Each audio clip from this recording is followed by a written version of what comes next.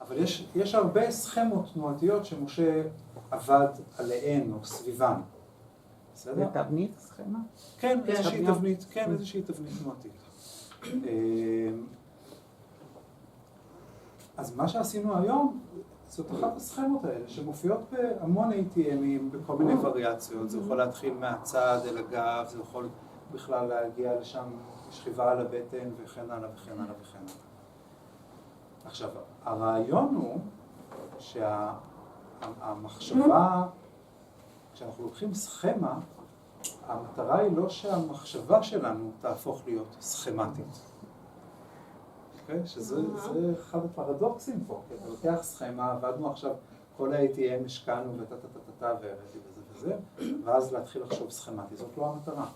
הסכמה, המטרה שלה לנסות ליצור עבורנו איזושהי מפה שיותר ברורה לנו, שכשאנחנו מנסים לנווט בתוך המפה הזאת, יש לנו תמונה יותר רחבה מאשר אם אין לנו מפה בכלל. יש אנשים שלא צריכים מפה. הם צריכים להתחיל נקי, אפס, הם נוגעים, שמים ידיים והם מרגישים, והשיעור מתפתח וזורם וכן הלאה וכן הלאה. יש כאלה שהיגעו, זה יישאר ברמה של מישוש, כן ברור, לא ברור, כן ברור, לא ברור, והם לא יודעים אם בכלל נוצר שיעור. אז הדברים האלה הם מאוד מאוד אינדיבידואליים. אני מוצא לאורך השנים שאם יש לי את הסכמה ברורה של איזושהי תבנית תנועתית, אני יכול להשתמש בה בשביל ליצור לעצמי איזושהי מסגרת שביחס לסכמה הזאת אני יכול למפות את הכיוונים ואת היחסים ואת הבירורים. זה לא אומר שאני עובד עם הסכמה הזאת בשביל להכניס את התלמיד לתוכה. להפך, הרבה פעמים זאת הסכמה שתהיה לי בראש, ומה שאני אגלה שבעצם הדברים שהתלמיד מכתיב בגלל מה שזמין לו וההרגלים שלו וכן הלאה וכן הלאה, בכלל רלוונטיים לסכמה האנטגוניסטית. הוא בכלל מאורגן או יש דברים בתוך היחסים אצלו שלוקחים בכלל בכיוון ההפוך לגמרי.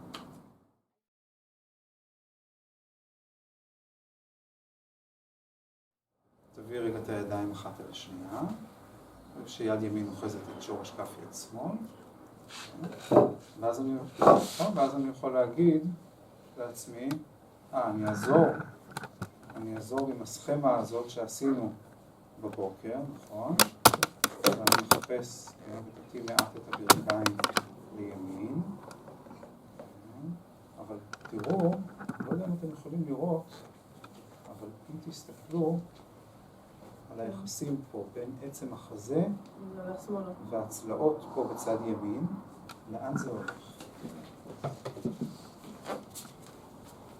במצב הזה שהיא נמצאת פה עכשיו, לאן זה נראה שיהיה הכי קל להמשיך? נכון. כאילו דווקא תשארי ככה כמו כאילו שיהיה יותר קל להמשיך דווקא בכיוון של כתיבה. של כתיבה. כן, של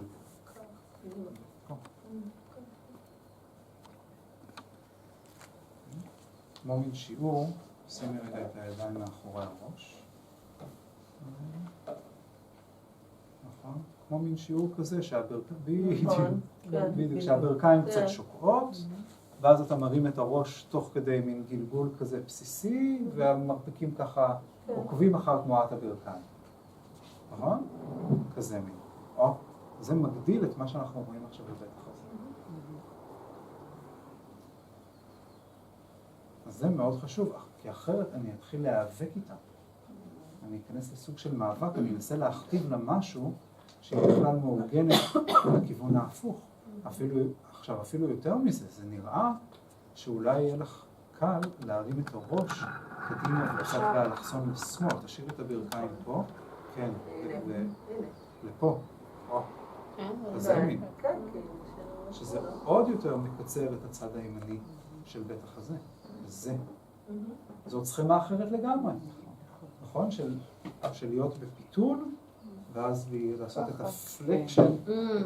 עכשיו היא עשתה את זה. עכשיו זה רואים. כן, זה לא יותר, אפילו לא צריך את ה... כן, זה. זה שזה דוחף את עצם החזה קצת שמאלה, למרות שהאגן בימין. סכמה אחרת לגמרי. אוקיי? עכשיו תורידי רגע את העיניים, תחזיקי שוב עם יד ימין את שורש כף יד שמאל.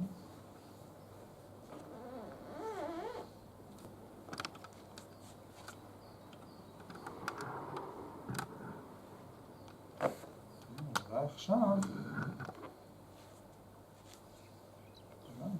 ואולי לא, ואולי אני אצטרך להמשיך לבוא מפה ולקחת אותה לכאן, אבל אולי בשלב מסוים אני אוכל אתם רואים, אני יכול להיות אתם רואים? זה למרות הברכיים בימין, למרות הידיים, למרות ה-ATM, זה מרגיש יותר קל מלהמשיך את הכיוון של הסכמה. אני אומר, לא, הסכמה, נו, בשביל מה השקעתי כל ה-ATM הזה? הסכמה. רגע, אז מה נראה יותר קל דווקא ללכת? זה. כאילו להחזיר אותה לאמצע, או להגדיל את הפיתול על ידי זה שאני אקח את פתח הזה דווקא בכיוון האמיתי. אז אני יודע מה השיעור, יש לי מפה מאוד מאוד טובה. מצד אחד אני יודע מה הסכמה, מצד שני אני יודע איפה האדווה נמצאת. אני יודע איפה האדווה, אז אני יכול לעבוד איתה. האם זה בסופו של דבר יוביל אותי לסכמה? לא בטוח, יכול להיות שזה רק יקשר טוב יותר את בית החזה ואת האגן, ואולי אני אוכל לקשר את הצלעות להחזרה של הברך.